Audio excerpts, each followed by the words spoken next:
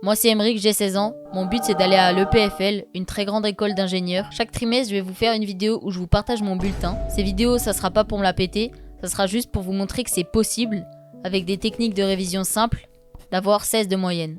Alors premièrement en français, à ce trimestre j'ai fait un braquage, je suis assez fier de moi, j'ai 16,3 de moyenne. Pour vous dire, au brevet, j'ai eu 49,5 sur 100. Et franchement, 16,3 c'est incroyable. L'appréciation est très positive. Bon, je vais pas m'attarder sur le français parce que de toute façon ça compte pas dans le contrôle continu. Alors, enseignement scientifique, 15 de moyenne. Bon, en vrai c'est bien. Au prochain trimestre, il faut que j'ai 16 de moyenne en ES puisque ça compte quand même coef 6 au bac. Histoire, 14,9. Comparé à l'an dernier, c'est très bien. J'avais 12,5 de moyenne. De toute façon, mon but, dans les petites matières comme ça, c'est de réviser le moins possible et d'avoir une moyenne de 16 à peu près pour pas me pénaliser au bac. Anglais, alors là, 12,5. J'aime pas l'anglais. En plus, je me dis qu'on apprend mal et que tout ce qu'on apprend, ça sert presque à rien. Parce que le plus important, c'est quand même les dialogues et les conversations. Et on fait qu'une séance par semaine de dialogue-conversation.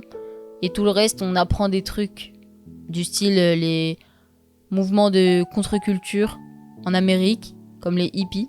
Je vais pas vous mentir, ça me casse les couilles, mais il faut vraiment que je me mette à réviser plus, parce que ça compte aussi au contrôle continu l'anglais. Italien 16, bon, voilà c'est de l'italien. EPS 16,5, je suis un peu triste.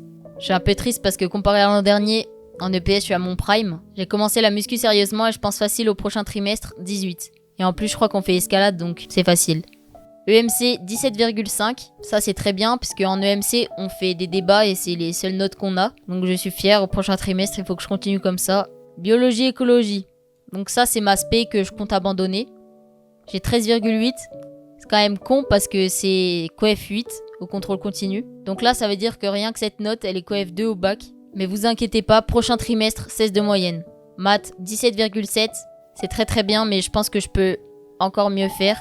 Puisque la dernière évaluation, je m'étais un peu mélangé les pinceaux. Physique, 16,7, avec une très bonne appréciation. Bon, ça me fait plaisir puisque la physique, quand même, j'y passe du temps à réviser. Mais pareil, les matières scientifiques, en fait, je me dis que c'est facilement possible d'avoir 18 de moyenne. Option AET, donc ça, c'est une option que je fais, c'est études du territoire. 16 de moyenne, donc ça va. Et accompagnement personnalisé, 18. Donc ça, c'était mon oral de stage de fin de seconde, du coup. Le stage obligatoire de fin de seconde, un régal. Bon, en conclusion, félicitations. Je suis très fier de moi. Je sais que je peux mieux faire au prochain trimestre. Il faut pas non plus que je stresse pour avoir des notes de fou alors que en vrai mes notes suffisent. Vu comme ça, mon bulletin il est incroyable. Mais le truc, c'est qu'au bac, il y a que certaines matières qui comptent au contrôle continu. Et malheureusement, c'est celle où je suis le moins fort. Donc là, je viens de calculer vite fait la moyenne que ça me fait juste avec le contrôle continu. Et donc en fait, ça me fait 14,47. Mon but, comme je vous l'ai dit, c'est d'avoir le PFL et pour avoir le PFL, il faut avoir 16 de moyenne. Donc conclusion, prochain trimestre, je révise plus la SVT et l'anglais.